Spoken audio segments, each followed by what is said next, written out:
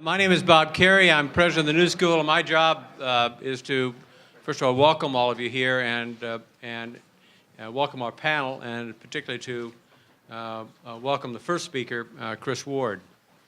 I'd like to introduce some of our academic leadership, our provost and chief academic officer of the university. I saw him earlier, Tim Marshall. I know at least walked in there.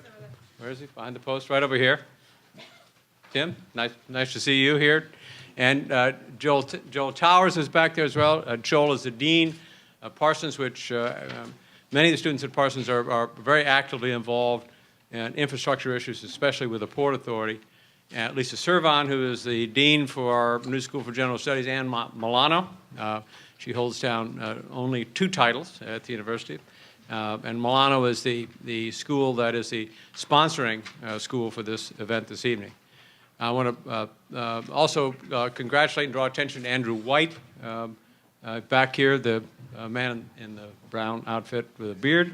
The Center for New York City Affairs is actually the beginning of Milano, and the Center for New York City Affairs does, I think, an enormous amount of very important research on things that are going on in the city, most recently our schools. And Andrew, I very much appreciate your leadership and the contribution that you're making to the city of New York. Among the things I find very appealing about Chris Ward is that he has an educational background inappropriate for his position. I have a similar dilemma here at the New School. Chris has a master's degree in religious studies, I believe, or some such thing, which obviously qualifies you to the Port Authority. I have a Bachelor of Science in Pharmacy, which obviously qualifies me to be the president of the New School. The Port is one of the most important things about New York City. We're a natural port. And among the most important pieces of the history, at least for me, I've only been here 9 years, is the development of the port, and the history of the port, and the settlement of the port and the development of the port. It is vital to our economy, it's vital to our community, it's vital to the not just the preservation of jobs, but the development of jobs for tomorrow. A very tricky business. Among the things that I'm very conscious of, having spent 16 years active in politics, is there's almost always natural, though extremely difficult conflicts between the need for jobs in a community and the desire to preserve the quality of life in a community. Those conflicts are real, and oftentimes they appear at the beginning to be irreconcilable, and especially in the modern era, they can be exceptionally difficult. One doesn't have to go very far in processing the news of the day to understand that the economy of New York and the economy of the United States of America is facing substantial challenges. There's huge amounts of economic suffering, and you can see it actually in the statistics that are published about the activity in the port itself. So we have with us today a man who I believe is uniquely qualified to get us through this crisis, because when all else fails, he can lead us in prayer. So ladies and gentlemen, please welcome to the podium Chris Ward.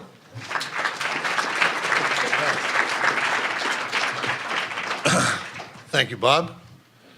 We'll all now bow our heads. Thank you. It's great to be here, and I will stick around and really look forward to a lot of questions from the audience and the other panelists. Let me start off by saying I will not probably mirror the slightly optimistic tone of the opening and the invitation in terms of infrastructure, economic growth, and prosperity. I'm going to try to shape some of the issues that the Port Authority faces, but also talk more globally, as Bob sort of gave in the introduction, about how do we think about infrastructure, how is this nation addressing that question, and how I believe the paradigms, unless they do fundamentally shift in a significant way, I'm not sure the notion of building our way out of it, in fact, will take place. So I'm going to talk about 3 key ideas here. The first theme is that we are living in the out years. The second theme is that the innovations that we take for granted, in a sense, for an institution like the Port Authority, has largely been outstripped by enormous economic changes within the region, but also enormous economic changes in the world. And then I'm also going to talk and really try to shape somewhat of those innovations.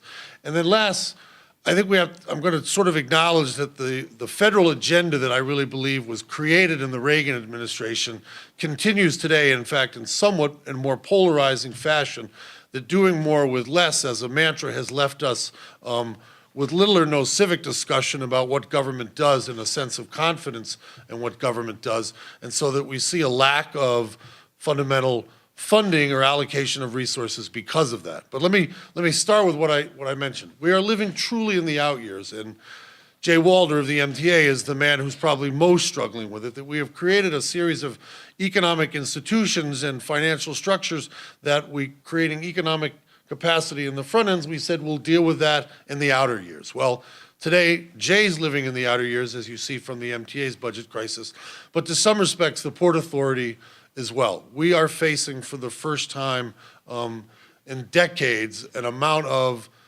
crushing financial obligations with financial capacity that barely matches it. For those of you who don't know, the Port Authority is rebuilding downtown. We will spend upwards of $9 billion to recreate downtown. And that, as a function of what the Port Authority does, has taken an enormous amount of financial capacity out of what we can do and transferred it into a major public works project that in all likelihood has very little capacity to provide us a level of return given that investment. Granted, it must be done. The memorial must be built, downtown must be restored, but it is coming at a financial consequence to the Port Authority of about $9 billion. So if you think back to the last toll and fare increase that the Port Authority had, we were to be a robust $29 billion agency. The economic recession and the consequences of unemployment, the decline in the shipping industry, decline is probably too generous a word, the almost collapse of the shipping industry, the changes that we've seen economically for the aviation industry has taken about $5 billion out of the Port Authority's capital capacity. So you've now taken $14 billion between downtown and the economic recession impact on the Port Authority against a $29 billion plan. The Port Authority is committed, as you all know, to the ARC project, a project that is probably one of the most, if not the most, important regional rail questions that we face, and we are committed to a $3 billion commitment there, so take another $3 billion off. Last, we are completing a complete revitalization of the PATH system, which takes probably another $2.5 billion out. Then think of running 5 airports, the bridges and tunnel system, the Port Authority bus terminal, the maritime facilities, and the airports. Just to keep those assets in a state of good repair, we would like to literally be at the level of around $1 billion, $1.2 billion, just to keep them in the state of good repair. If you do the math, the conclusion is that the Port Authority will not embark on a major new capital project in the next 10 years. That's the consequences of living in the out years. The other thing that's important to recognize is when the Port Authority was created and the innovation that made the Port Authority possible happened at a very particular time. And if you read Empire on the Hudson, you can get a sense of what that world was. First, by solving an intra-state problem between New York and New Jersey, the Port Authority was created by a bi-state compact, which gave us tremendous amounts of political flexibility as a result of the act of Congress. Shortly thereafter, the regional question of a road and rail system brought forward the capacity to toll. And that then became the underpinnings of what you assume to be a fully functional self-funding agency. We do not rely on any tax revenues in order to meet our capital mandate. But if you think about what innovation does and when it occurs, and I guess my sort of simple and slightly goofy analogy is you start off in life that, okay, man creates fire, boom, an incredible innovation that, changes life. Probably next most important is, flushing toilets, sewer system. And we've had these huge, enormous economic changes that are innovation and they change our lives. When the Port Authority was created and our capacity to toll, it was an innovation. And we could exist economically within how this region functioned because we were in a very different economic capacity. So there's a great picture of the Port Authority's Holland Tunnel opening, where one car is going through the tunnel and they're paying their money, and it's 50 cents is the toll. And in the background is an ad for the Hotel Chesterfield, which costs $2.50. So if you run up those costs to today, we're at $8 for our toll crossing. And if you look at hotel rates and where we are in New York City, you're not going to get a room for $2.50, but you're also more likely going to get a room from anywhere from $200 to $500. So when we imposed the toll back then, we weren't competing against gasoline prices. Gasoline prices back then were probably in the teens. But more importantly, we weren't competing against healthcare costs. We were not competing against education. We were not competing against an environmental agenda. And the elasticity of the Port Authority's ability to use that innovation, which was so enormous at the time, is now getting smaller and smaller. And when you think about what innovation does for the world right now, I think that is fundamentally one of the key economic challenges for the Port Authority. So let me just think about the way we understand innovation today and the thinner and thinner slices that we can take out of the economy through innovation. Stephen Jobs gives his big presentation on, I guess it's the iPad. And this is like a huge piece of, technology innovation. But what does it do in terms of actually really creating economic activity and growth? As much as we extol, and IBM has these great ads in the New Yorker and other magazines, that this will be the smart decade because now we have the World Wide Web and we can share all this information.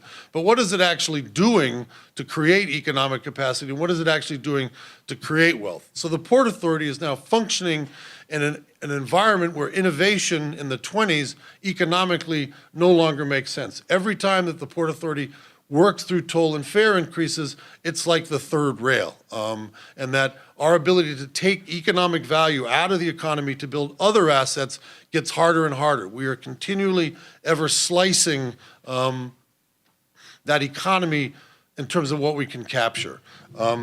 Then last, the whole notion of doing more with less and the polarizing perspective of how this country thinks about government is crippling a federal agenda for funding projects. And I fully recognize, President Obama's call for austerity and the need for funding caps in terms of addressing the budget. But if you were to look at how we end up spending our money and where it would unleash economic activity, we are not making those kind of spending assumptions and those kind of spending decisions to drive where economic activity creates wealth. And we are largely ignoring the role of urban centers because of this notion that somehow you can do more with less, leaving urban centers even more than other parts of this country proportionally high and dry. So what do you do with that? Again, I said I started off with a slightly depressing introduction to this. So where do you go with it? I think the first thing that we have to recognize is that the traditional tools of toll and fare increases will fundamentally always remain insufficient. You will not be able to raise tolls to a level to fund what we now know for what this region needs in terms of infrastructure. You run out the bill on what needs to get built in this town, you're in the $40 to $50 billion range, in a heartbeat. You can run that up to $120 billion with a little bit of effort. There is never going to be enough toll and fare structure to marry up to that need. Have anybody been to the Delta Air Terminal at Kennedy Airport? It's crap. And I say that in full recognition, our partners with Delta. To redo the Delta Air Terminal would probably cost $4 billion. But 60% of the international travelers coming into Kennedy Airport go through Delta. That's the gateway to the United States for international travelers, and they are literally arriving at the Delta Air Terminal. Indianapolis just built this gorgeous, beautiful airport facility. New York City cannot continue to have a terminal like Delta be the gateway to the international world. LaGuardia, the most important commuter airport probably in the world. It may not be crap, but it's pretty close to it. We need to completely rebuild LaGuardia Airport. I can go down the list time and time again of what we are not funding. But having said that, tolls and fares must continue to be an underpinning of the Port Authority's financial capacity. And this region politically, and the leaders in this region, need to be able to explain and stand up and implement that kind of rational toll structure that can work within the economy, but nonetheless marries with a robust capital plan. Second, the Port Authority and other institutions need to find new opportunities for capturing the value of the economy that's out there. And this is shifting resources from either the consumer, that, Walmart's our wonderful model. Walmart figured out, have people in China make it, we'll have the transportation system bring it over here, and we'll put it in really big buildings, and we're going to drive down the price of that transportation to the point where you literally probably cannot squeeze out any more transportation savings in that logistics food chain. But if you could, should it necessarily go to a 2-cent or 3-cent reduction in the price of a product? Or should we find ways for the Port Authority, at least, to begin to extract value from that food through that chain and actually use it to build more infrastructure? So, for example, the Port Authority just spent $1.5 billion to deepen our channels to allow the large ships to enter. Should we be thinking about a tolling structure for large ships? Should we be thinking about a way of pushing the price point back into the transportation chain and use that value then for building more economic capacity? Because if we don't, all of that innovation of building large ship is going to get strangled as soon as that ship lands here in the United States. I think goods movement here in the region is going to be fertile ground for thinking about how the Port Authority, in a sense, almost regulate and capture value there for further investments. The congestion pricing initiative is something that will return time and time again until we finally get it right. The challenge there is to take, I guess the number is, Kathy Weil will correct me, but $13 billion worth of congestion costs, reduce the congestion, but use the money that was otherwise spent on congestion and capture that and then reinvest that back into the region. Third, I think that we're going to have to, in some ways, find the notion of a public-private partnership and actually make it real. Right now, public-private partnerships, to my mind, are like cold fusion in Utah. Whenever those two scientists in Utah discovered cold fusion in a beaker, it'd be a different world if actually they turned out to be right. But those projects, there is an inherent opportunity of using other people's money, large equity funds, to help fund projects. But that has to be a function of public and private shared risk. It's not the lack of money. It's not the lack of financial capacity. It's the notion of risk and who's bearing it, who's willing to pay it, and should it be the region at large and the public, or should it be shifted back onto the private sector?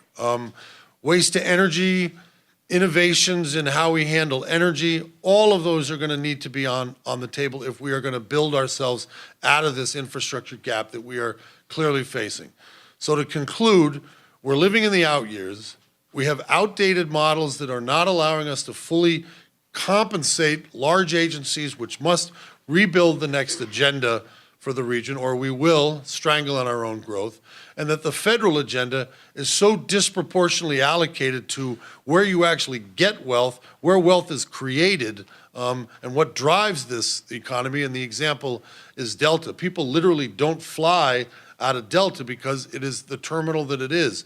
And if we can change that paradigm and have the federal government begin to recognize where do you need to put resources to drive wealth, I think we can get out of this crisis. Thank you very much.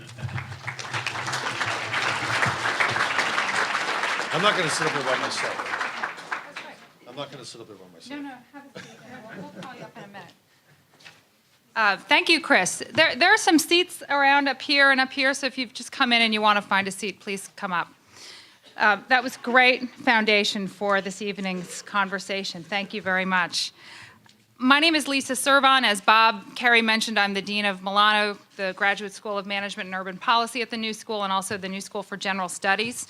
I'm also an urban planner by training, so I'm one of those people that can get excited about roads and bridges, but I had no idea this was such a sexy topic. It's impressive that you've all come out on a cold and snowy January evening. Thank you for coming and joining us for what promises to be a really exciting discussion. When I was looking ahead to tonight's program and preparing it, I was thinking back to Chris's remarks at our commencement, at Milano's commencement last May, in his speech. And Chris said then to our graduating class, For all of you, in all of your diversity that your class represents, he said, I think you're truly emerging into a changing world and a different paradigm in terms of how we think about our lives. So I thank you, Chris, for returning tonight, helping us understand that changing world and hopefully encouraging us to craft that new paradigm together. I'm encouraged to see so many faculty and students and alums here as well, which is terrific. And I want to thank the Port Authority also for supporting this series at Milano about New York City's ports and economic development.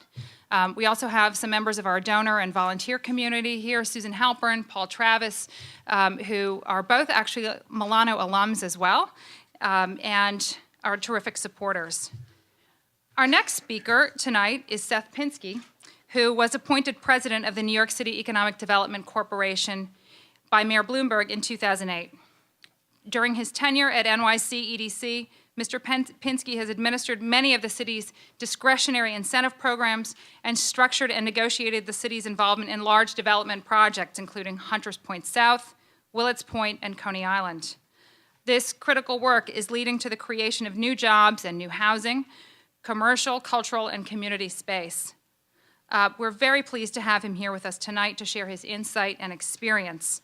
I've done a bit of work with EDC myself before your time, and I'm looking forward to hearing your perspective, Seth, on EDC's work to revive the city's economy through infrastructure. So please join me in welcoming Seth Pinsky to the podium. Thank you.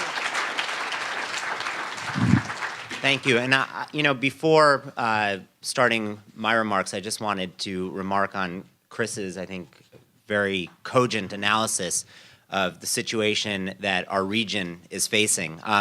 I agree with Chris that the problems and needs that we face are truly enormous, and that it's likely that the resources that we have currently devoted to against those needs are insufficient to really address the investments that we have to be making. I do want to give a little bit of good news, and that's what I'm going to be focusing on during my remarks, which is that relative to a number of other players in the region, the city of New York has, in the last several years, managed its fiscal house reasonably well.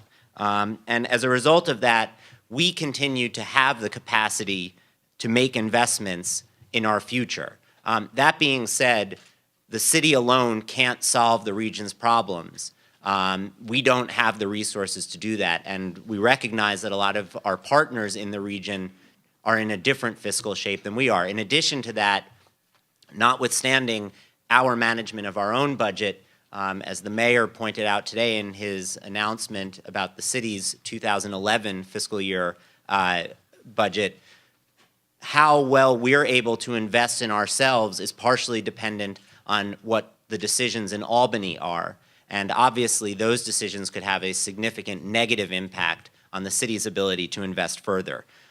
So let me now turn to what the city is doing. But before getting into that, I wanted to just take a minute to talk about where we are in the economic cycle. And I think the short answer is that we continue to live through very challenging times.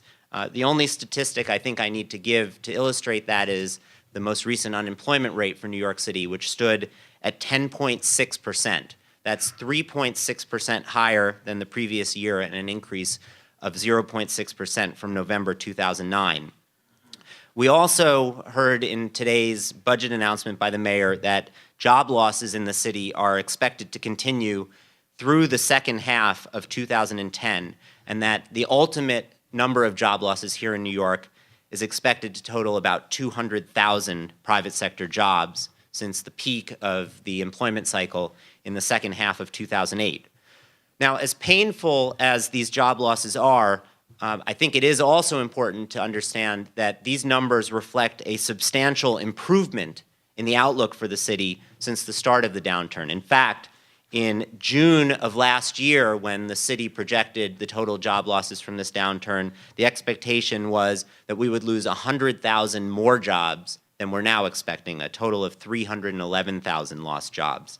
Also, I think it's important for us, just to keep all of this in perspective, to remember that thus far the city has actually far outperformed the rest of the country in terms of its employment picture.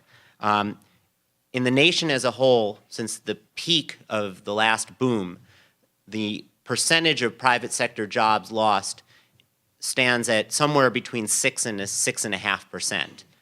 In New York, the equivalent figure is around 3.5%. And the Fed Beige Book, which was just recently released, indicated that New York City was the only region in the entire country to report an increase in hiring activity in the most recent period. But all of that being said, now is no time for us to relax. In my opinion, the downturn is the economy's way of telling us that we can't continue to do business the way we did business. And we have to recognize that the city's economy is today facing challenges of a type that it hasn't faced in generations. There is increased global competition. Scientific and technological advancements are lowering the barriers to entry in industries that New York has traditionally relied on, industries as diverse as media and financial services, manufacturing, distribution, and the list goes on. So given this, we're at a very important crossroads in the city's history. We can either keep doing things the way that we did them throughout the 20th century and watch our competitive advantages slowly slip away, or we can transform the 5 boroughs into a model for the 21st century. And if we are to transform, we need to do it in 2 ways. The first way is that we have to transform our economy. We have to increase entrepreneurialism. We have to grow new sectors like new media and bioscience. But in addition to that, we also have to rebuild our physical infrastructure. And today, given the topic, I want to focus on the second of those 2 areas. So why is this necessary? The reason for this is that we all know during the dark days of the 1970s and 1980s, the city and the region underinvested in itself. As a result of this, we have spent the last 20 years trying to restore our infrastructure to the pre-crisis levels. But given the new competitive landscape, getting the city back to a 1970 infrastructure just isn't enough. We have to drag our infrastructure kicking and screaming to 2010 and beyond. And here I want to acknowledge Chris's very important point that we're living in the out years. But even if we are living in the out years, we don't have a choice. We have to continue to invest in our infrastructure. We will not be able to compete with other global cities if we don't do that. When we think about infrastructure, we don't just think in the city of bricks and mortars and pipes and wires, although we obviously do think of it as including that. We also mean investing in amenities like parks and schools, and in some cases, whole new neighborhoods. So under the mayor, the city has made substantial increases in its annual capital budget. For fiscal year 2010, the commitments stand at approximately $10 billion, which is a 47% increase over the commitments that we were making in 2001, the year before Mayor Bloomberg came into office. In addition to making that direct capital investment, the city is also trying to access creative sources of capital, including, for example, the federal stimulus package. The city, for example, received nearly $1 billion in capital over the last year to be used in infrastructure projects throughout the 5 boroughs. And we're also taking advantage of financing mechanisms that the stimulus bill included. Programs like the Recovery Zone Bond Program, which is a relatively obscure program, but under this program, the city was allocated $122 million in tax-exempt bonding authority, which it has used to spur private investments, many of them including significant infrastructure investments in neighborhoods across the city. And what we did was we created a program that accelerated these investments to ensure that they took place within a reasonable period of time, as the stimulus package not only desired but also required. So we've already allocated about $35 million to 3 projects in the Bronx and Queens, in Brooklyn and Queens, in the first round. and another $40 million in a second round of investment in 3 projects in Queens, in the Bronx, and in Harlem. And all of these projects are moving forward, and I think if you look across the country, you'll be hard-pressed to find any other jurisdiction that's been allocating funds like these as quickly as the city of New York has. At EDC specifically, our capital budget currently stands at about $2.5 billion, and we're investing in several different categories of infrastructure. We're investing, for example, in basic infrastructure. We're rebuilding, for example, the stormwater sewer system in Springfield Gardens, Queens. We're making streetscape and pedestrian improvements in areas like Long Island City.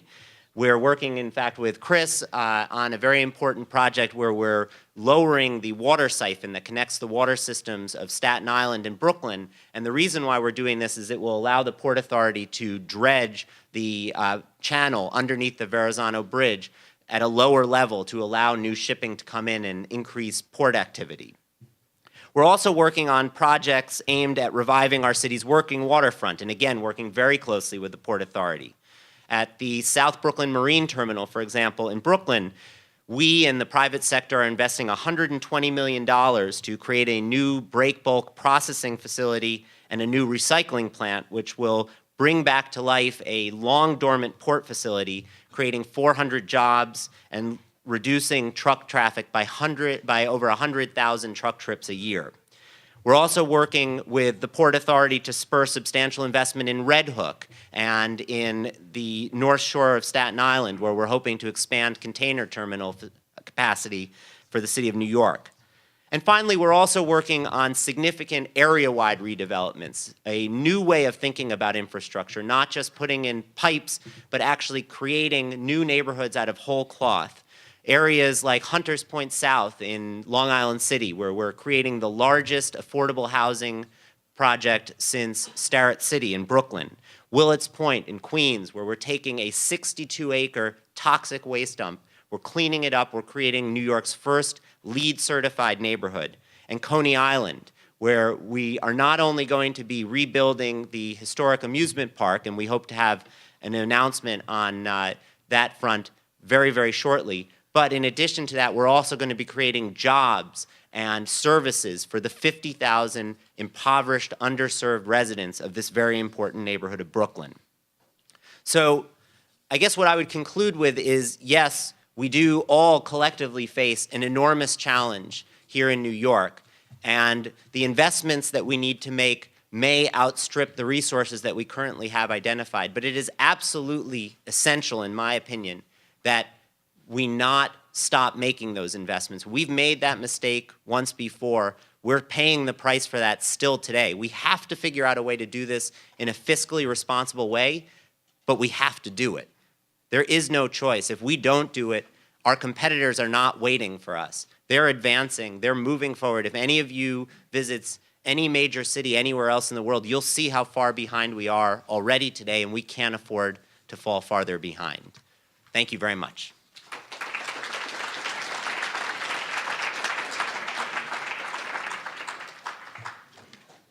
Thank you.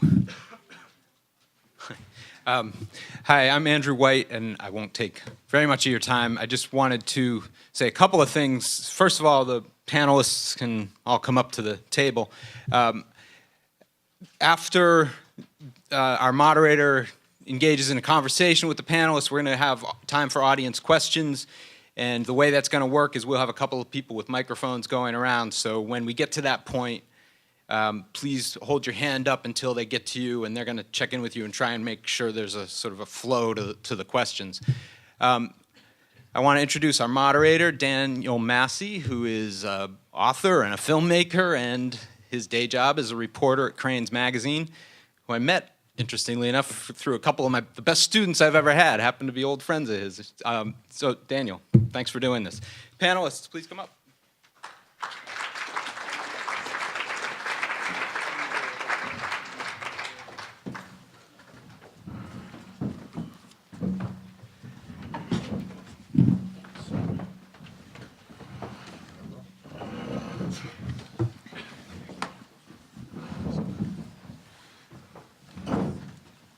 Good evening, everybody. Thanks for joining us.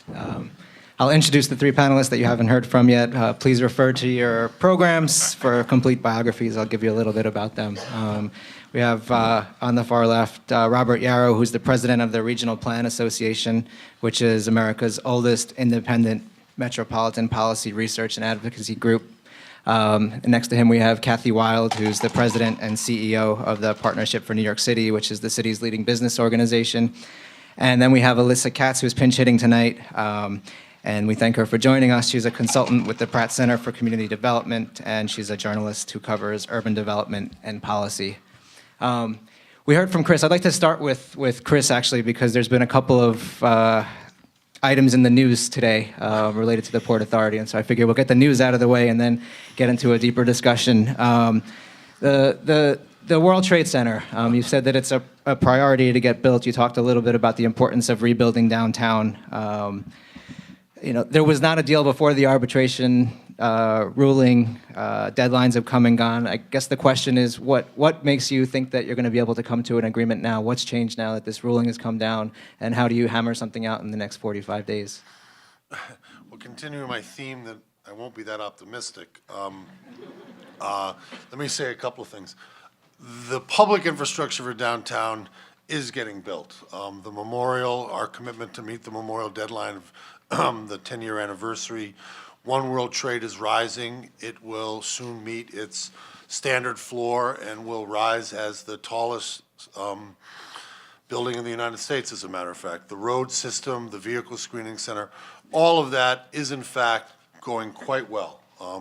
The challenge we face is that there was a real estate component to that project, which was Mr. Silverstein's side of the equation, which made the definition of a public-private partnership. We would do the public infrastructure and he would do the private infrastructure. Unfortunately, the markets have, collapsed in terms of office space, downtown in particular. The cost of his project has skyrocketed, and finding the way to bridge that gap in any economic development project has been enormously difficult. Our point has simply been that, given what I said in terms of the transportation challenges, it would be inappropriate for the Port Authority to fund spec office buildings to the extent initially that Mr. Silverstein was looking for. And we now need to find perhaps a new vision for what downtown would be. Maybe it's changed, and maybe the notion of building need not be so abrupt in the sense that it must all be built now in one fell swoop, but rather as the city, what is O. Henry's great line about New York City would be a great city when they finish building it. Maybe we need to think about how downtown returns to the notion of a phased development and bring on the projects that work and be patient and meet the market when it's there, and maybe even meet a new market that may be emerging downtown. So the arbitration was obviously important. It's good to have it behind us. And now we're going to face, as you said, the same structural challenge of meeting that public-private partnership and what will be downtown. Okay.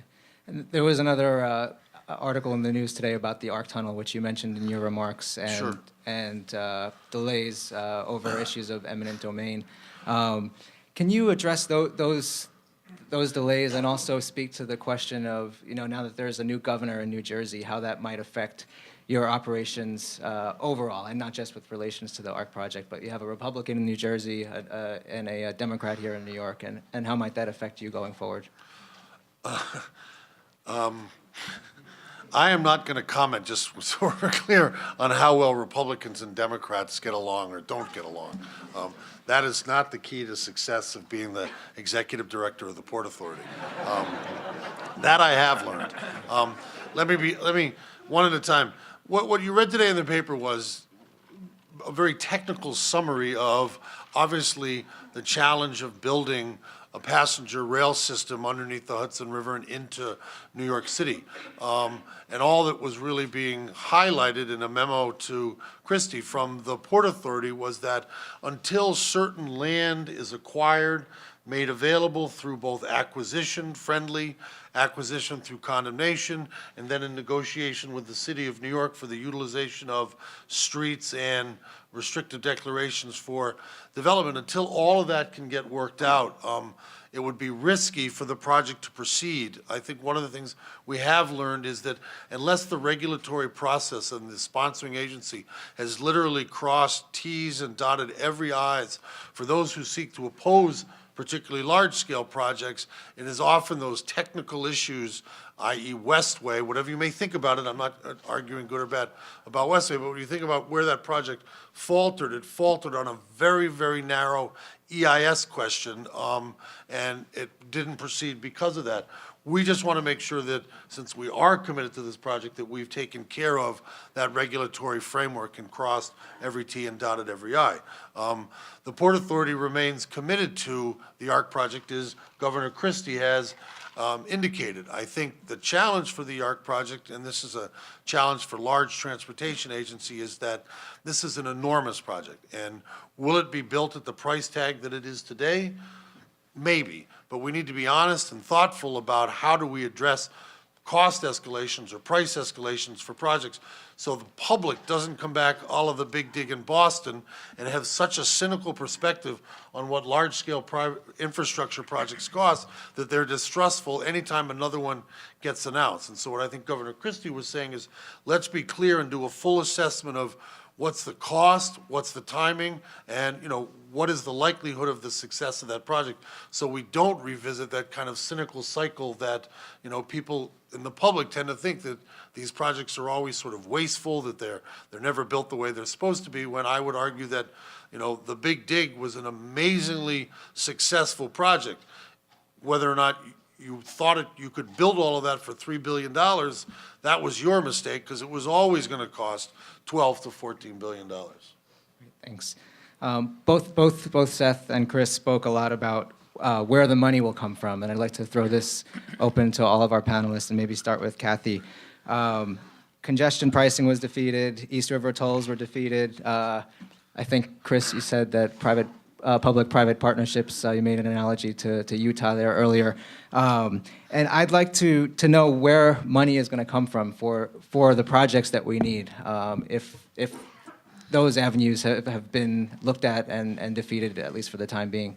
Well, and even worse, the package that we thought we got through to support the MTA, including a payroll tax, there's a serious effort in the legislature initiated by the suburban districts to actually eliminate a good portion of the payroll tax for areas outside the 5 boroughs, their position being it's the businesses in the city that should be paying the tax, not the people that come into the city to make a living and take the proceeds back to the suburbs. But so even what we have, we don't have in terms of assessments.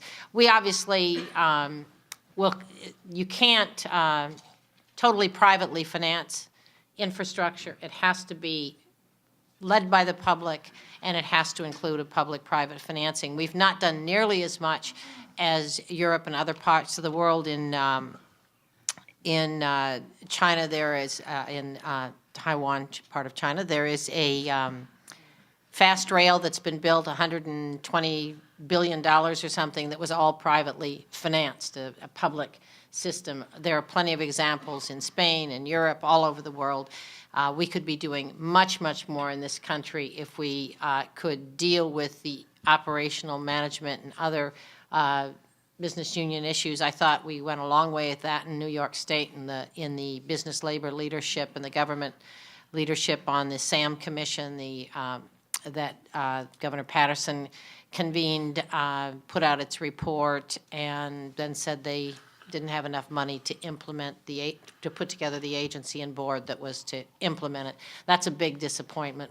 You have to have an administering body, an agency that's going to identify the projects, structure them, work with business and labor to carry them out. And I think that's got to be a top priority for the state. And Robert, I know that you've talked a little bit about the MTA. There's been rumblings about digging into the operating budget at this time. I know that's something that you have been speaking out against. Well, yeah, Kathy mentioned, one of the threats to the MTA's fiscal well-being, and the MTA is on a banana peel. I think we didn't get all that we needed last year. The good news is that we got this payroll tax. It's the first time we've ever been able to do that, and it's one of the ways, I think, to achieve the goal that Chris laid out, which is recognizing that we're at the tail end of the bonding process that we began with both the port and the MTA 30 years ago, and we really simply can't afford to continue it. And the attempt to create the payroll tax, the regional mobility fee, was in fact to find a very broad-based tax to reflect the benefits that the MTA provides the entire region. And I guess my sense, Kathy, is that yeah, we absolutely have got to be vigilant. I know we've had conversations with some of the suburban legislators about the importance of sustaining the MTA. I don't know what it is. I feel like I live in a parallel universe, when I go out to Long Island, that nobody gets it, that the biggest single investment the MTA is making in this capital program is East Side Access, which is designed to allow Long Island to create new capacity on its transit system and to develop around its 102 Long Island Railroad stations and so forth, but they don't quite get it. So we have to continue to educate them in the same process in the Hudson Valley. But that's one of the steps I think that we need to take. One of the things, by the way, I wanted to compliment Chris just on and Seth both on the presentations they made tonight. It was, nothing like a bucket of cold water to kind of get us all focused, but also very thoughtful and essential. And I think the message here tonight is that from Seth is that. And from both of them, I guess, we need to continue to make these investments, that the rest of the world is moving ahead with London, for example, moving ahead with Crossrail. The rest of the world is moving ahead with high-speed rail. A very important announcement today by the President on what is in effect a down payment on a national high-speed rail system in this country. None of it in the Northeast Corridor, and we need to make sure that the next round of this of that funding happens here. No, they're doing one between Buffalo and Rochester, a semi-fast train. Well, there's $150 million that was committed towards a $5 billion program for hotbed of economic activity. Well, stuff's really happened. Well, I think what they've done is they've recognized, and I give them some credit because what they're saying is that we need a national network of high speed and emerging high speed systems. And there's intelligent life in Buffalo, not a driver of the state's economy, but we're carrying that around on our shoulders until that gets back on its feet. Let me just finish. So anyway, we've been thinking it's an important first step, but it's only a down payment. It reflects about, it represents about 3% of what we're going to need to build a national high-speed rail system. And as I said, virtually none of it, about $120 million, came into the Northeast Corridor. To build what the UK is now planning in the HS2 line between London and Scotland, it's about the same length as the Northeast Corridor. And what the rest of the world is moving ahead. All of our competitors, that's at least a $30 billion project, and then to get 150 plus mile per hour service and dedicated tracks and so forth, it's probably a $60 billion project. So big ticket items, we have to do it. We have to find new ways to finance all of these things. And the mobility fee was a step in that direction. Congestion pricing, I agree, is going to be back. It'll be back as a more sophisticated, not right away, but eventually. My sense is, how do you make public policy decisions in this town while we wait for overloaded dump trucks to drop through the West Side Highway? Decision made.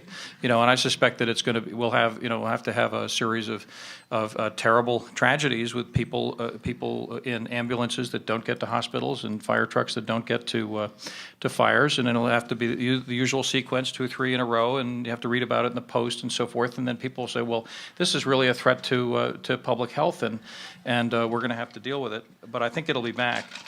A series of other things. We've been spending a lot of time at RPA looking at value recapture, the potential to create special taxing districts around public investments of all kinds. We started with studies on the impact of Midtown Direct Service, Jersey Transit Service. We're now looking at ARC and the potential to create enormous value. The Midtown Direct Service added hundreds of thousands of dollars to the value of every home within a half mile of a couple of dozen stations in New Jersey. None of it recaptured, but the next generation of these things, we need to do that. It is how Chicago and Houston and Atlanta and other cities do this. We need to do it routinely. Chris mentioned container fees, and this is something that's being discussed in Seattle and Oakland and Los Angeles, and I think we need to be moving in that direction. We probably need some kind of airport access fee, and I know we got problems with the FAA, but basically anybody who drives to the airport, anybody that goes to the airport, you think about what does it cost you to get through that Delta terminal? By the way, I did get into trouble one day when I mentioned, compared the Delta terminal to the terminal in Timbuktu, and somebody raised his hand and says, no, the airport in Timbuktu is a very nice airport. It's the first thing. First thing you do at a third world country is improve the airport. Well, we don't seem to be able to take that lesson. But I think we got to find a way to, in each of these, to capture the value that's being created, recognize that we have a $1.2 trillion regional economy, and we need to capture a very small part of that in order to build the next generation of infrastructure, as well as sustain the stuff that we already have, the state of good repair and so forth. So I think that we just have to get clever about this. I agree with Chris that, and it's not more for less, Chris. It's less for less. That's the message of the Reagan Revolution. For 30 years, Americans have taken to heart Ronnie Reagan's admonition that government is bad and public service is deplorable, and we don't need to invest in these things. Put your money into a Korean high-speed television set, and to hell with your kids' education and the nation's infrastructure. And that's the other thing that I guess is biting us in the ass. And Seth, go ahead. I just wanted to add a couple of things. First of all, I've been to Timbuktu. Nice airport, right? But I went there by ferry, so I don't know what the airport's like. I think, first of all, in terms of how we pay for these things, I think a number of the ideas that were floated are ideas that we need to think about expanding special taxing districts. That's essentially what we've done with the expansion of the number 7 train on the west side. Basically, the incremental taxes that are being generated by the development around the extension are what is paying for the extension that's underway now. It's a $2 billion expansion. It's the first extension of the subway system in a generation. I think public-private partnerships are certainly something that we need to explore, although I think there are risks that come with public-private partnerships that a lot of people don't acknowledge. I think especially where you're privatizing or partially privatizing public services, you have to be ready to invest in monitoring of the private party that you're contracting with in order to make sure that the public is actually getting the benefit of the bargain that they make. And I think in many cases, that's something that people ignore, and the public ends up paying a lot and getting worse services than they would with the government. But I do think that you can do public-private partnerships right, and that's something that we need to think about. Also, I think it's important for us to acknowledge that there are costs to the decisions that we make. When we put very onerous procurement rules on government or strict environmental regulations, there are very, very good reasons for doing all of those things, and I'm not in any way suggesting that we shouldn't have them, but that's one of the reasons why not only do we not have the sources to pay for our projects, but for why our projects cost as much as they do. I wouldn't in any way argue that we should do things the way people currently do them in China, but if you look at how much it's costing us to extend the number 7 train, and you look at equivalent costing projects in China, and you look at the scope of those, it's impossible for us to compete with the infrastructure investments that are being made in a country like China. And again, there are choices that we're making for good reasons, but I think often we don't discuss the costs of those choices and decide whether it's worth it for us to incur all of those costs. And the last thing I would say, which I think is along the lines of what Bob and Chris were saying, but I would take it one step further. I think that there's a real problem in this country, and it's more than just the idea of less for less and government is bad. I think there's a fundamental problem in that people in this country have come to the conclusion that they can get something for nothing. And it's not just with infrastructure and government. It's the same problem that we have where nobody's willing to pay for news content anymore. But they expect that the New York Times is going to somehow be able to stay in business. And we make promises to people about pension and retirement benefits that we're going to give to them, and yet we don't put any money away to pay them. And until people in this country come to the conclusion that to get something, you have to pay something, you have to make investments for your long-term good, I think it's going to be very hard for us to change the fundamental problems that we're all talking about here. Alyssa, you have some ideas about projects that might not cost that much money. I know that we've sort of all been brought down about by some of the comments about the state of the economy here, but what might we do given the dismal state of our finances here? Yeah, well, of course, after you upgrade the Delta terminal, let's not leave that out. But no, at the Pratt Center for Community Development, we've been really involved for a while in thinking about transit infrastructure in different ways, because these major capital projects that we're talking about here on the panel for for transit infrastructure in particular are really focused on building the central business district, opening up access from the suburbs, all of which have a really important function, but of course are incredibly expensive and, as we've heard, difficult to do. And what New York City also has, we think of the city as having a fairly strong transit infrastructure within itself, but in fact we have vast areas of the city of huge economic importance that are really underserved and that are major job hubs in their own right. And so we've been doing a lot of analysis of these areas where you can look at, you don't think of, let's say, the central Brooklyn Medical Center belt as a major area of employment, but it has something like 20,000 jobs. We have areas like the Sunset Park Industrial Park. There's areas all over the city where it is very, the connections to these places are not just very challenging from the central business district, but also that the workers who have these jobs, we're talking about jobs in manufacturing, in transportation, in many sectors of the economy that provide opportunity for a huge share of the population that isn't, working in professional jobs downtown, and where you're really seeing the highest unemployment right now, it's very, very challenging to get to those areas from the neighborhoods where so many of the workers live. And we really mapped out where commuters are coming from, where they're going, and how long it takes them to get from one place to another.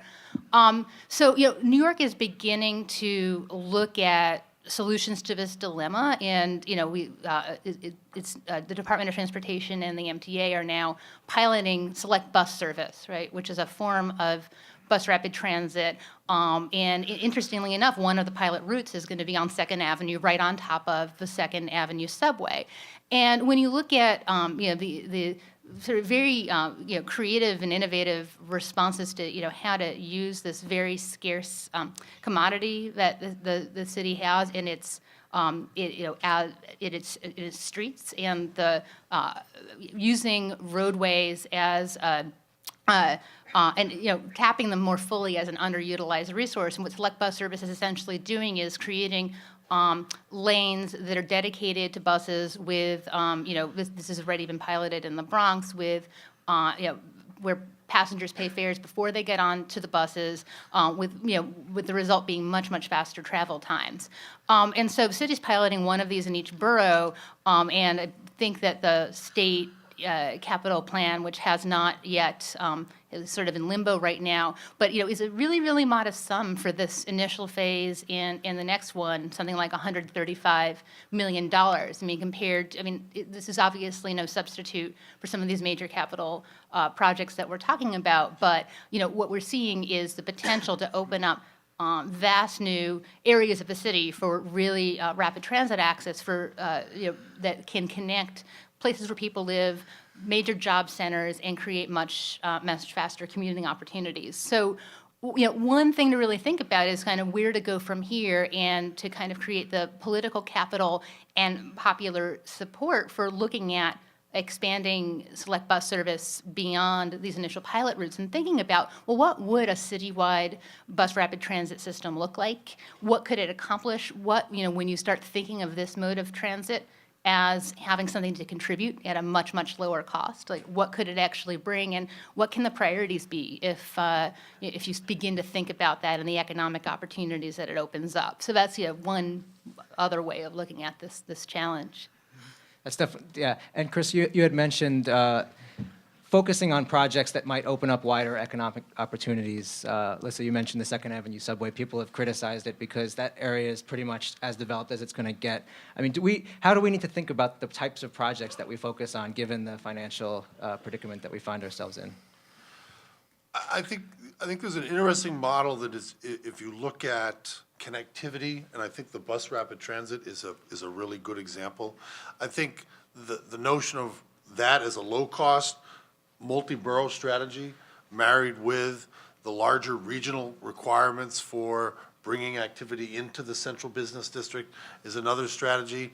And then last, the connectivity to the rest of the world, aviation projects. I'm not just coming back to Delta again, but aviation projects, that is the way the world travels. We do not have enough capacity here to handle that amount of traffic. I guess I would fundamentally answer the question that we need to evaluate what drives wealth. What creates economic activity and drives wealth, find a portion of that for reinvestment, and then build on that model. And so what are those projects? What's the next big project that we should be focused on? Is it Jerry Nadler's tunnel across the Hudson? I mean, what should we be focused on that will create that wealth? And I can open that up to anybody that wants. I think Congressman Nadler deserves enormous congratulations for highlighting freight in all his many years in office, both here in New York and in rail freight is the tip of a congestion problem that will choke this region. And Jerry's focus on rail freight is a focus on long-haul goods movement within the United States, and it is a critical issue.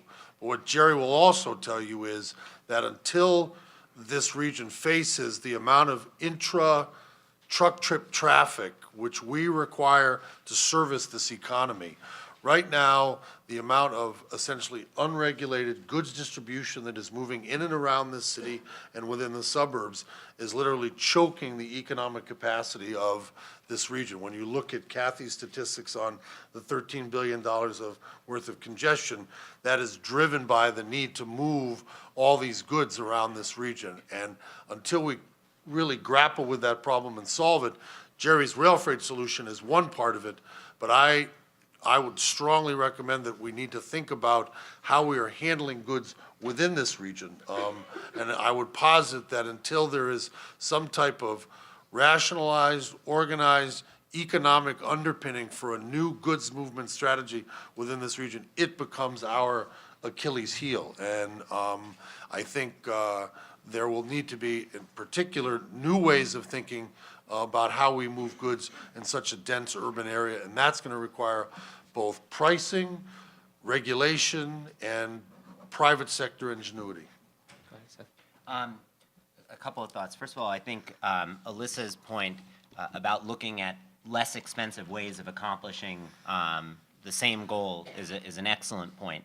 I think that bus rapid transit is obviously a very important example of that. Another is the use of ferries. We have a transit highway that's been built by nature for us, and our ferry services are certainly better than they were a few years ago. Of those ferry services would logically go, and most importantly, how you're going to finance that service, because like all mass transit, even at a less expensive capital investment, ferries lose money just like subways do and buses do. But that's another area that we should think about. And just to Chris's point about how our inability to move goods within the region is choking our growth, I don't know the exact statistic, but for years, Kennedy was the #1 cargo airport, I think, in the world.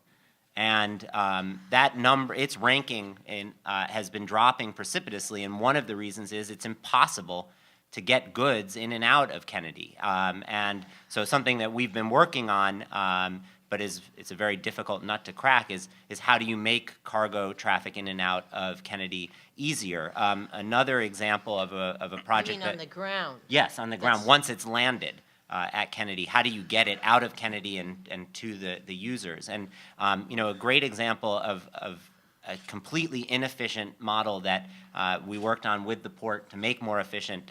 There's a company called Phoenix Beverages, which is the largest importer of beer to the United States. And their model has been to ship the beer by boat into the port of Newark, to put it onto a truck, take it by truck from Newark to Queens, and then distribute it by smaller trucks around New York City. What we're going to be doing with the port is now Phoenix is going to be importing their beer directly to Brooklyn, So you save the truck trip from Newark into Queens, and then we'll be distributing from Brooklyn, and that takes tens of thousands of trucks off of the roads. We should be doing that multiple times over with all sorts of industries. One other that I think is an obvious, the fact that the city is financing the extension of the number 7 line. We did a study a few years ago with BCG that showed that in terms of economic returns, economic growth precipitation, there was nothing more important than the investment in the number 7 line and that development because it opened up access, transportation access to a whole new part of the city, which already has 14,000 residential units. It is a crime, we think, and will result in significant economic losses. The fact that while we're building this subway, we're not building a subway station. There's no way to get off at 41st and 11th. So I think that's really, if there were, if I had to clarify, there's a subway station, not 2 subway stations. Well, no, not on 41st Yeah, Street. but you can get off the train somewhere. Somewhere. That's right. Boy, that's a relief. I was hanging on my seat. Not the train to nowhere. Well, originally, remember, the fight is it was supposed to come back into Moynihan Station. It was supposed to circle around, and that was the idea that that would have been ideal. Well, that was too expensive, so we dropped Moynihan Station hook. Now we've lost the 41st Street station, and I really think that that's the kind of thing that we ought to be, in terms of, when they're talking about an infrastructure bank, they're talking about federal money for stimulus. If there were one thing that we really could do quickly, and we need to do now because they're tunneling, they're down there now. If you go back in, the cost will go, after the subway's completed, the cost will go off the chart. So if I had one, that would be it. We did an analysis last year of long-range transportation needs for the city and the region in a report called Tomorrow's Transit. It's on our website, www.rpa.org, and it laid out, basically said if you build the 3 mega projects, ARC, East Side, 2nd Avenue, they become the spine, and the Plan YC underscored this. It creates about 90% of the transit capacity that we're going to need through 2030. But then I think as all of the panelists have suggested, it's not all that we need to do, but it creates a spine that you can build upon. I'll give you an example that if you do East Side and ARC, it opens up capacity. It basically brings East Side brings Long Island Railroad into Grand Central, it frees up capacity at Penn Station, allows you to run new Metro North service in neighborhoods in the Bronx that have some of the worst, and northern Manhattan, some of the worst transit access in the region. There are other improvements that we could make by converting the Atlantic branch. This is what the Long Island Railroad is now proposing to do, converting the Atlantic branch to a rapid transit line. Eventually, that becomes an extension of 2nd Avenue, gives you access to southeastern Queens. The last thing is just that if there's tension now between Long Island and New York City, Long Islanders, now that we've made the commitment, we're building, it's 80% complete, the East Side Access project. Long Island is having reservations about building the new capacity on the island. A 3rd track on the main line, electrification of the Port Jefferson line. And what we suggested to the Long Island Railroad and Long Island legislators is that if they don't want to use the capacity that's being created, that there are a lot of neighborhoods in eastern and southeastern Queens that would be happy to have new transit service. And it would be very possible to do that because we're creating all of this new capacity in the West End hubs. So lots of opportunities. BRT is a part of it, but it doesn't provide all of the accessibility that we need if we're really going to accommodate the growth in the city and the growth in the region's economy. It complements. It doesn't replace. It complements the rapid transit services that are being being built now and that are being planned. We've heard a lot of talk about Indianapolis, an airport in Indianapolis, bus rapid transit in Singapore. Seth, you mentioned procurement, but what are we not doing here that these other places are doing? We're supposed to be New York. I mean, the mayor always talks about we're the best place. Why are these other places getting ahead of us? Why are we falling behind? And anybody can pick up on that. Well, they're making these investments. I mean, they are reaching into their pockets. They're taxing themselves. They're paying the fares and the tolls and so forth that we've refused to to pay. And I mean, well, you know, it's easy in Singapore. It's easy to do these things in authoritarian countries. And I don't think any New Yorker is going to accept the kind of, you know, top-down decision-making that you have in a Singapore. But the rest of the world, one way or another, and even, you know, a place like the United Kingdom, it takes as long to get an infrastructure project through the public approval process in the UK as it does here. They are moving ahead with it. I suppose one additional benefit, advantage they have is they are a national capital, and the national government actually occasionally makes an investment there in a way that they don't here. I think I heard when we were talking about fast rail earlier in the president's announcement about fast rail, I was talking to somebody about fast rail, and it was the maglev was developed at Grumman on Long Island, and there isn't one in the U.S. And I said, why not? And they said one word: Boeing. There is a political dynamic in this country that that can screw things up. So we really have to pay attention to why we aren't getting things done, and then figure out how to overcome it. Anybody else want to add to that? I actually want to just address the last question you had asked, which is sort of, what are the projects we should be looking ahead to? And I think, when we're, one project that I think is really exciting that Seth's agency is leading is the Hunts Point food market, expansion and greening, and it's all something that's, very much in the future. But it's a really interesting project to look at because it's not just about what you're doing. I think we're talking a lot right now about what are the projects and kind of taking stock and going down a list, but it's also about the how and about how to use infrastructure investments as kind of a way to really look in a much more comprehensive way at economic development and community development. And just briefly, the Hunts Point project involves this task force of local residents and businesses and elected officials and representatives from a variety of city agencies, and it's really a joint project that is looking very comprehensively at keeping the food market competitive, which is really something we can't in New York City take for granted, because I think it's Philadelphia is building one that is really threatening to take New York supremacy away in the whole region on food distribution. There's a lot of value economically to that market. And so, it also has elements in it like a workforce development component, right? So that there's a real focus on figuring out how to get residents in the area training and get jobs there. And there's a lot of pieces that go into that. So I'm praising EDC, and now I'll sort of contrast that, right, by saying that, okay, on the one hand, that was too good. Right, right. So on the one hand, you have projects like Hunts Point, where there's this really comprehensive focus in collaborative planning and involvement with community stakeholders. And then there's a whole bunch of projects, and we can name many of them.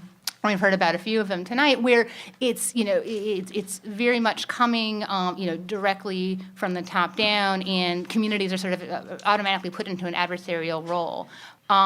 Where there's a little doubt about sort of the overall economic value of the projects, but there are serious questions. This has come up sort of very vividly with the Kingsbridge Armory and its defeat by the City Council about, well, how good are these jobs, and what is this project really bringing economically to a community given all the investments that are going in? So I'll sort of hold up Hunts Point Market as kind of a paragon for how these could be done, and sort of just raise the question of like, well, what kinds of jobs are we creating with these investments? Seth? So just a few things. First of all, thank you for the compliment on Hunts Point. Just to make one observation about the other projects I mentioned, Coney Island, Willets Point, both of those came out of community planning exercises and were developed actually by the communities and were ultimately passed by City Council with 2 or 3 votes at most objecting. Kingsbridge also came out of a community planning process. What happened there was that the community completely changed its representation from the beginning of the process to the end, and so the priorities of the community as represented to the city were dramatically different. You had a new borough president, a new council member, a new Bronx County Democratic leader, and so on and so forth. And I will point out, with respect to Kingsbridge, although I know this isn't a discussion about that whatever jobs would have been created there, and probably at least 3/4 of them would have met the requirements that people were asking. All of the construction jobs would have. They're certainly a lot better than the jobs that are being developed there now, which are no jobs. But coming back to the question that you asked, why aren't we doing more? I think first of all, it's important again to ask ourselves why it costs so much to do things in New York.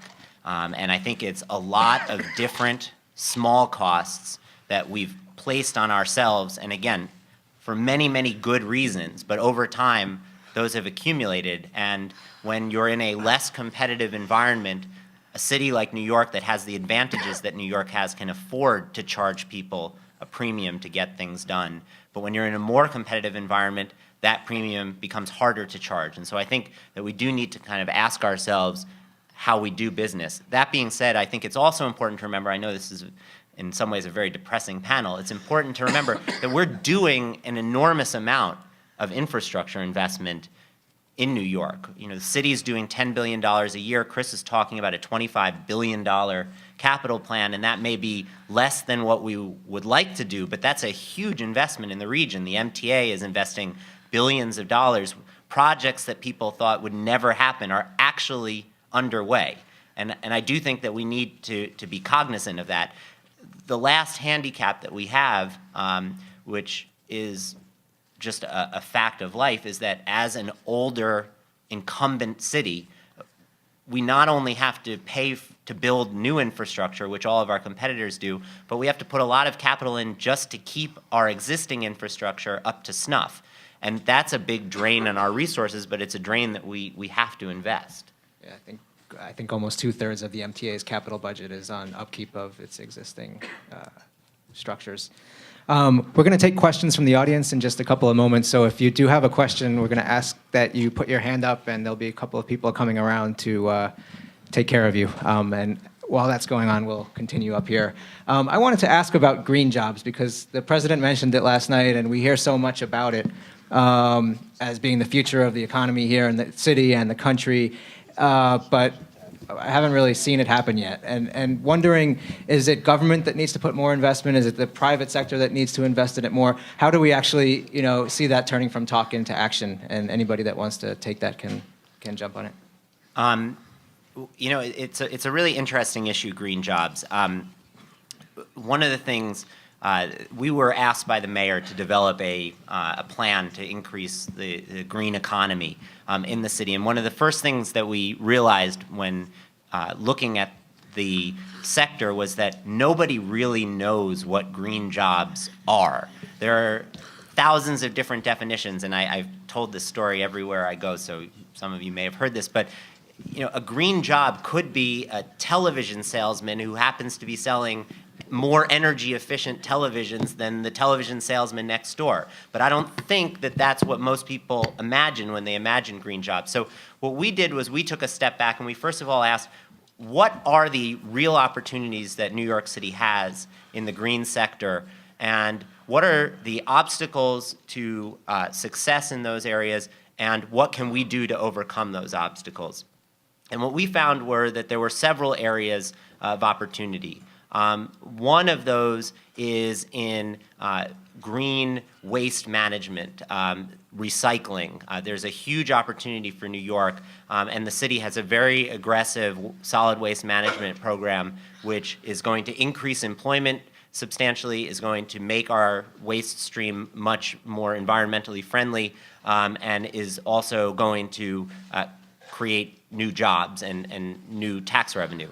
Another area where we have an opportunity, although it's an area that may not be so popular these days, is in financial services. At some point, Congress is going to change our laws about carbon use, and there are going to be opportunities for the financial markets to take advantage of those changes. And New York, as the nation and the world's financial services capital, has a huge opportunity there. And so one of the things that we're doing is working to ensure that the state's regulations are harmonized with what likely are going to be the federal regulations to allow us to do that. And we're also working to train financial services workers so that they're ready for these new opportunities. And then the other two areas where the city has an opportunity is in driving demand through its own purchasing power. And I don't just mean the city as city government, but the city of New York as a collection of individuals and businesses. We have an opportunity to drive demand both by greening the buildings that are already here, as well as the new buildings that we're building. And so through things like changes to the building code and other financial incentives, we're encouraging building owners to retrofit their buildings and to build green going forward. We also have the ability to drive demand for alternative energy. Energy sources like solar and wind power. And so again, we're putting money into pilot programs to demonstrate the viability of these technologies. Simultaneous to driving that demand, we're also working on workforce training, because in order to ensure that New Yorkers are the ones who benefit from this demand, we have to make sure we have the supply of a well-trained workforce. And so our comprehensive plan, which we think can probably double the number of green workers in the city by this definition of green in the coming years, is one that we think is a prudent investment for the city to make and does present great opportunities for us. And are those new jobs, or are those people shifting from, is it a super who's shifting from being a regular super to being a green super? No, these would be new jobs that we would create, jobs that don't currently exist. Yeah. No, I was just going to say there's also obviously the immediate opportunity is with the buildings, weatherization and construction jobs, and there's been an effort over the last year with the city council and the administration and industry groups that have been working on legislation that will require retrofits, changing the building code to upgrade, and that effort is going on now, and that's going to make a big difference, I think, and a big impact on sort of the short-term greening jobs for the city's inventory of housing and office buildings. I think, in the meantime, and also I think that only applies to buildings of a certain size, number of units.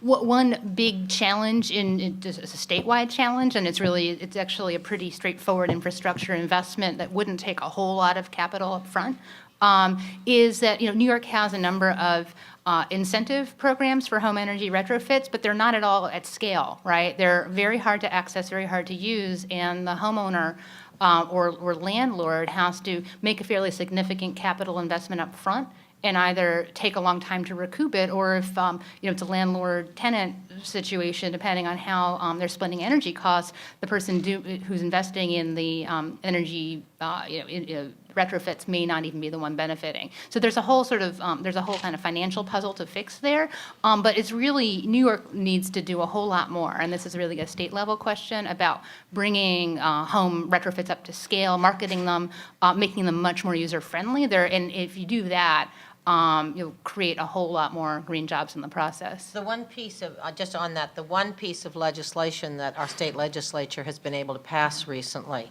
is on the new PACE bonds, which will advance the funding to be able to allow this, and the city will be putting together a package on that, I'm sure, so that funding, the advanced funding to help both businesses and homeowners finance the improvements is coming through the federal program that Congressman Steve Israel of Long Island got through.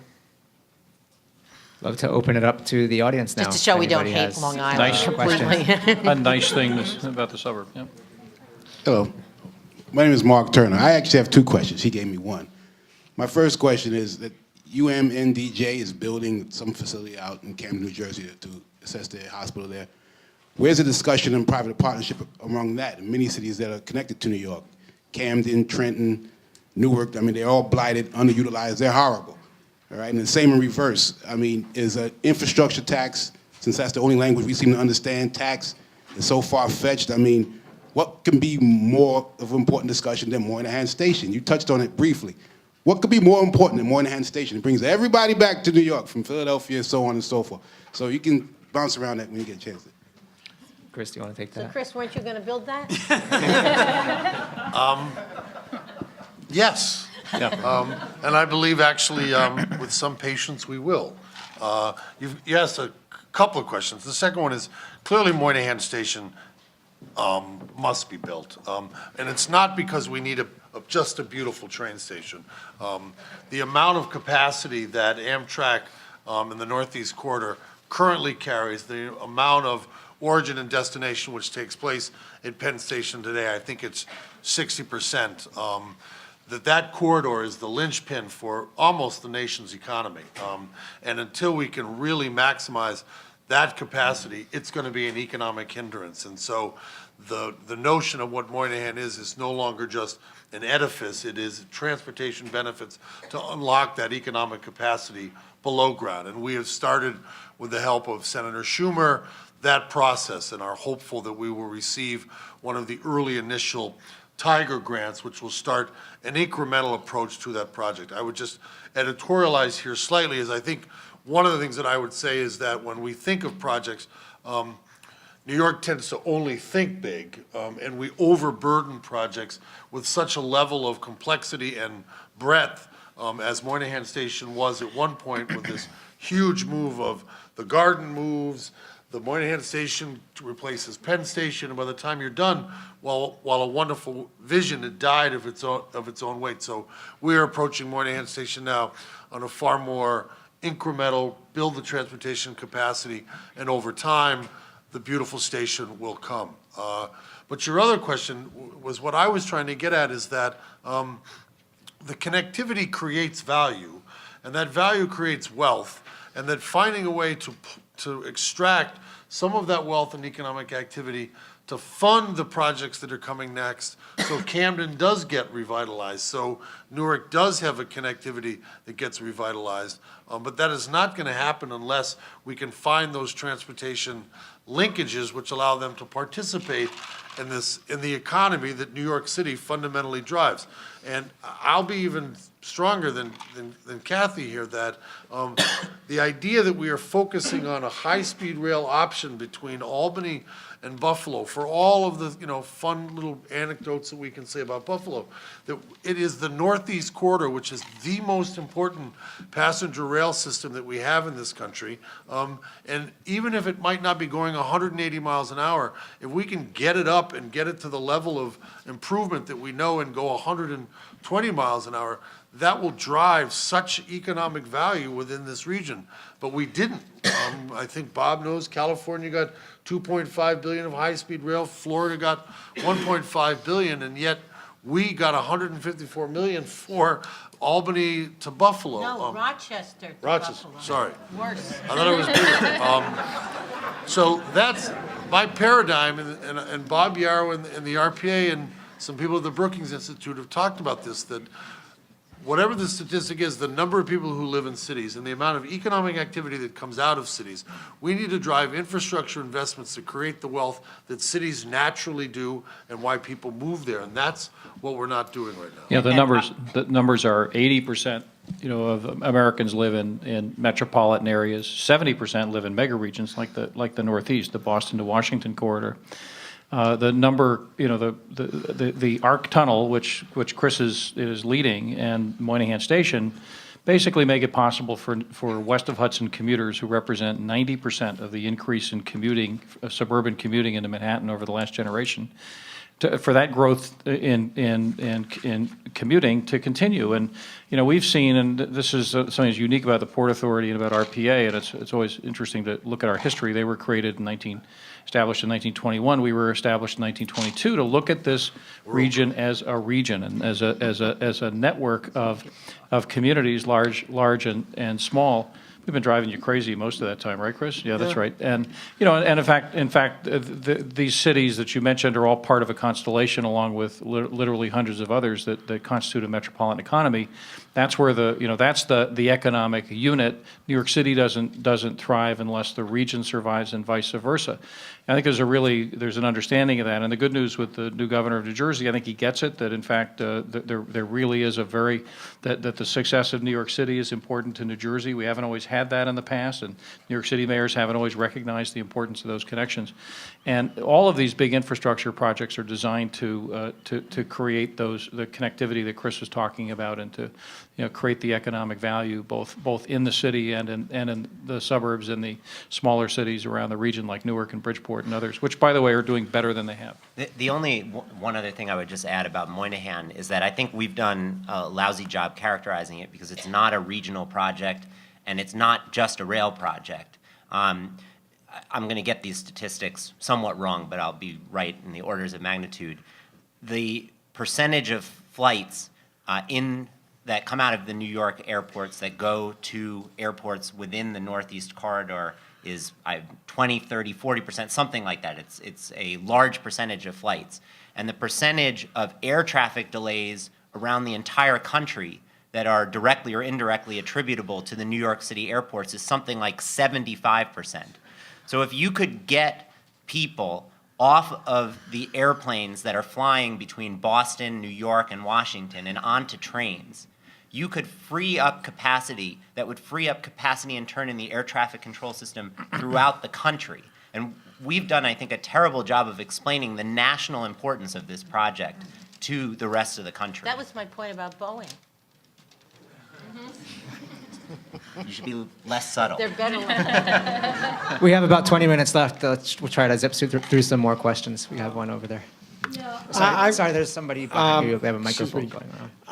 We'll get you. I just wonder whether a good part of the problem of having capital to do infrastructure projects is not immediately attributable to the enormous unfunded mandates that both the City of New York and the State of New York are required to meet, which drain money away from capital projects or from the use of these. And the perfect example of this is the extraordinary portion of the Medicaid funding, which is provided by New York State and New York City at a much higher level than almost any other state, and is attributable to a good, not all, but to a significant part of the deficits that the states have to fund, and makes it very, very difficult for the state and the city to be the initiator of capital projects.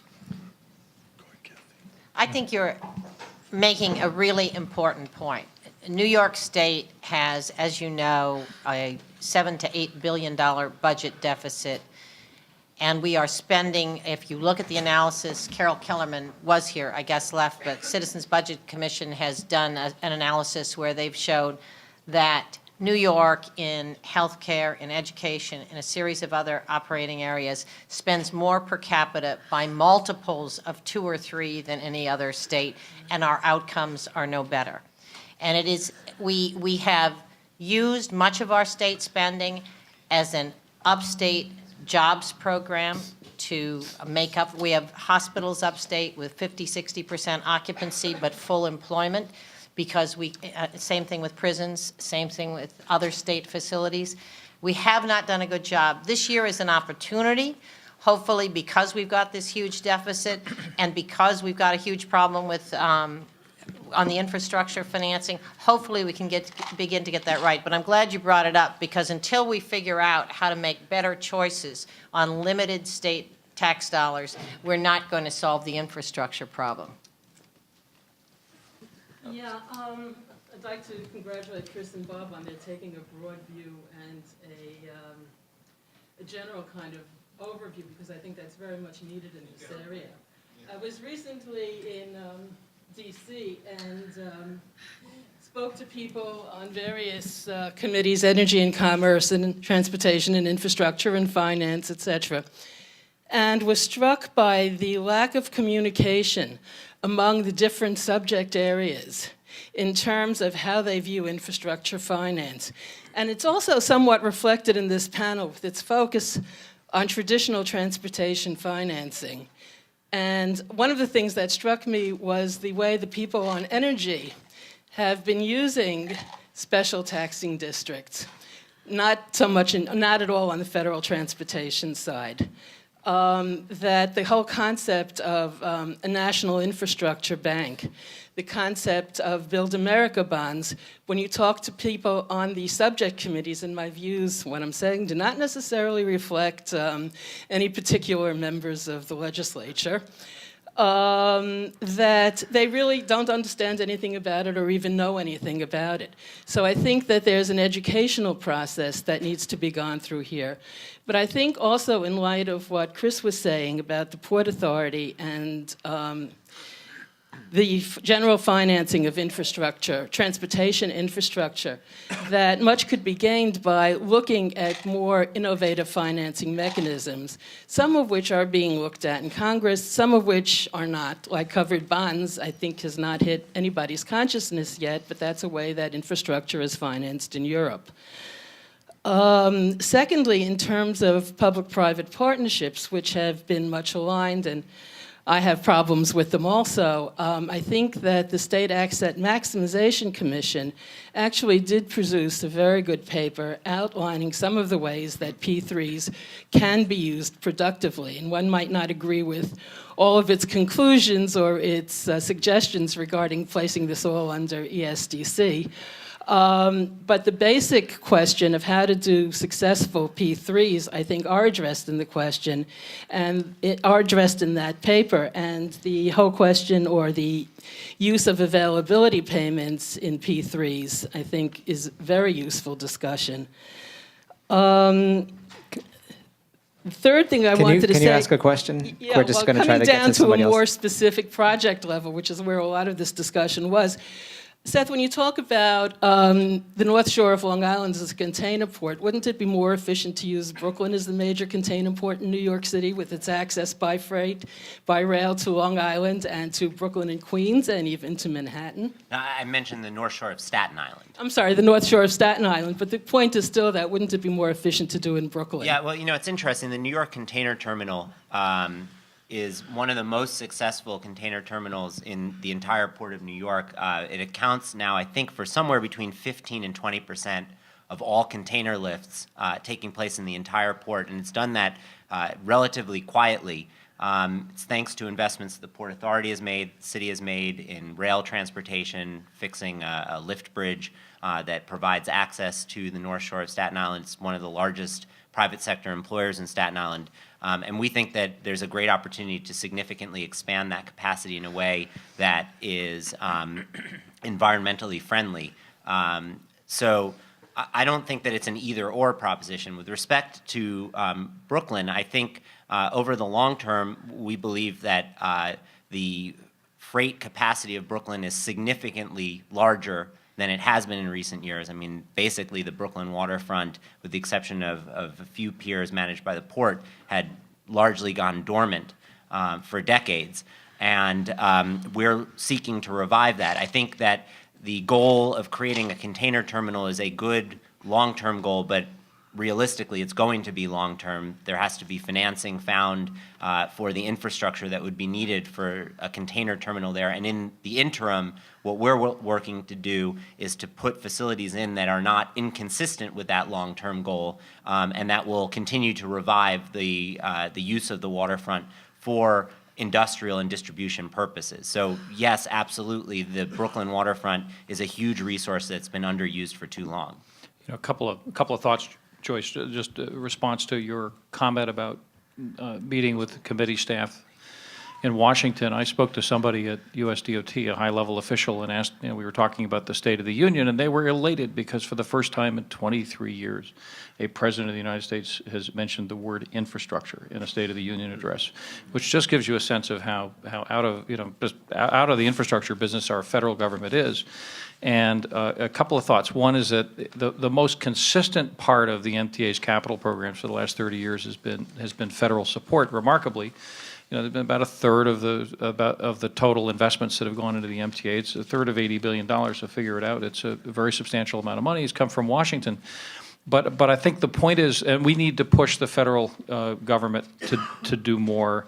Maybe it's a good portent that the president mentioned infrastructure not once but 2 or 3 times yesterday. He did mention high-speed rail. Managed not to mention the upstate line for some reason, Kathy. I don't know. But I read it in the Buffalo paper. yeah, okay.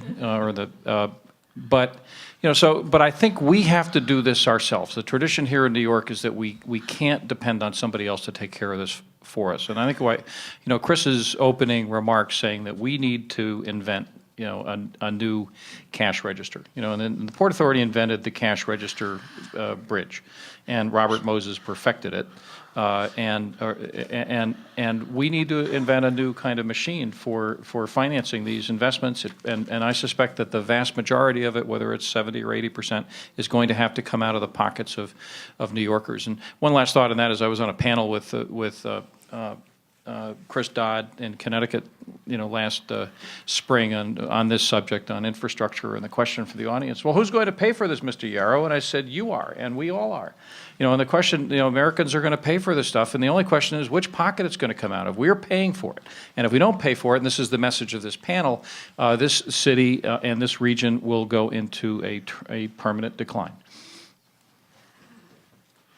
I have a question. Everybody's talking about how ugly the Delta terminal is. Well, there's a gorgeous terminal at JFK. It's the TWA terminal, Terminal 5. What's happening with Terminal 5? Can't we monetize it? You're talking about the Sarian building? Yes. I think we can actually. It will not be a gateway aviation facility. Its infrastructure is fundamentally outdated. You walk in the front door and there are 4 sets of steps going up. That's not how people travel anymore. On the other hand, it has the architectural legacy and beauty that we think lends itself to such ideas as an on-airport center, might even include a hotel, might even include a corporate center for people who are coming into the city who want to meet to do business. We are exploring a number of those ideas. Now that it is landmark, we think it can be a catalyst for on-airport development. And I think you'll hopefully, when the economy revives and the Delta terminal is built, I'm going to get killed for this Delta line. I'm telling you, this is going to come back to haunt me. But we do see that as an asset, and I think it won't be an aviation facility, but it clearly can be an asset. Hey, Chris, maybe we could get it landmarked. What do you think, the Delta terminal? The Delta terminal, I think. Hey. Please. It's just so important in the history of the city, to be a museum of decrepitude. It could be. It's an example of what happens when you don't invest. Yeah. You haven't been to Delhi. Hi, my name is Ed Wesley. I'm from the Queens Civic Congress. I can understand Mr. Ward not addressing the question, and Mr. Pinsky brought it up, and the other panelists certainly, I think, can address this question, and that is our state government is on life support. It doesn't appear as if they're ever going to face the budget question. My question of the panel is not a political one. It's how much does this affect all of the plans you've talked about? Is it 50%? Is it 10%? Is it 90%? Good point. If you just take the MTA, they've got less than 50% of what they need for the 5-year capital plan.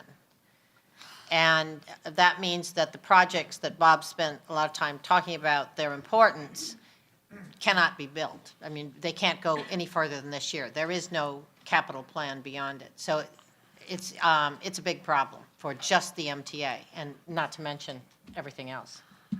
Yeah, I don't think, the reason why I think everybody sort of was stunned there for a minute with your question and didn't immediately answer is because, you're fundamentally asking how does a state like New York get into such an all-encompassing level of debt that is so large that it's not answerable in the question of what does it do for the MTA or what does it do for the Port Authority?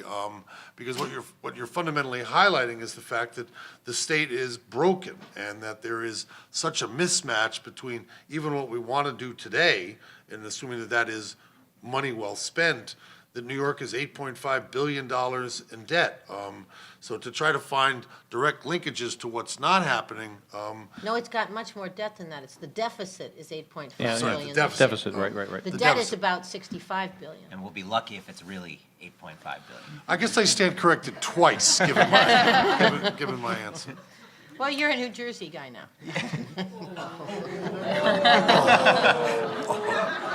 Well, isn't, He doesn't That's why have to know the New York numbers. isn't the answer that, we're going to be treading water for a couple of years here? And New York, by the way, is not the only state that's in this It's not the mess. answer, because we're not able to tread.